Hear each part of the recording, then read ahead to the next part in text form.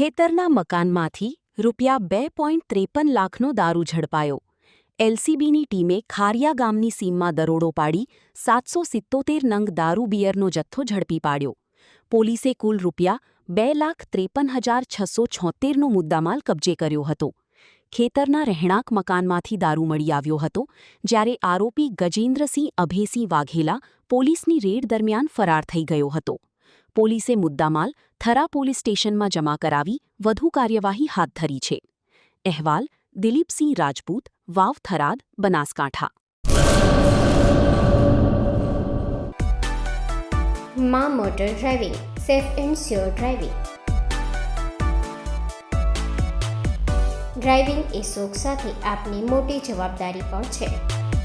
અમારા ઇન્સ્ટ્રક્ટર દ્વારા સચોટ અને સરળ માર્ગદર્શન.